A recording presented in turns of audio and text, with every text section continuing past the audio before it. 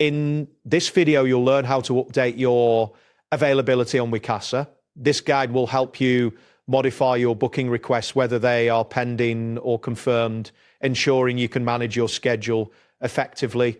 To begin, if your booking request is still pending, meaning no professional has accepted it yet, you can easily update your time slots directly from the Wecasa app.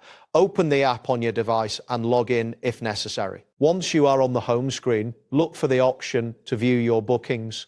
This is typically labeled as My Bookings or something similar. After accessing your bookings, find the specific request you wish to modify.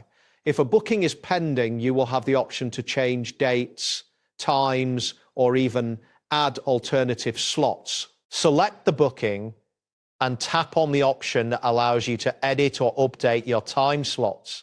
This is crucial as adjusting your availability can increase your chances of getting confirmed by a professional. Next, if your session is confirmed but is more than 3 hours away, you can still make changes, navigate to the My Sessions section within the app.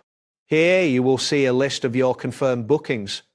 Select the specific session you wish to modify. Once you have selected it, look for the button labeled Modify My Booking. Tap this button to proceed. After tapping Modify My Booking, you will be prompted to submit your request with the new time slots you wish to propose.